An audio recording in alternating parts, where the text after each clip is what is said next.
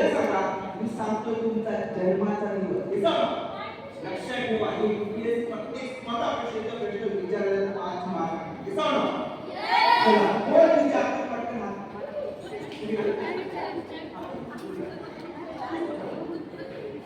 Okay, तुला आपल्याला जन्मदिवस माहित आहे? ओके, सांग ना तुमचा एक मुलगा. किती? 25 एप्रिल वर्ष 2014. बघूया, 25 एप्रिल 2014 ला त्या वर्षी त्या दिवशी 100% फ्रायडे शिकवण.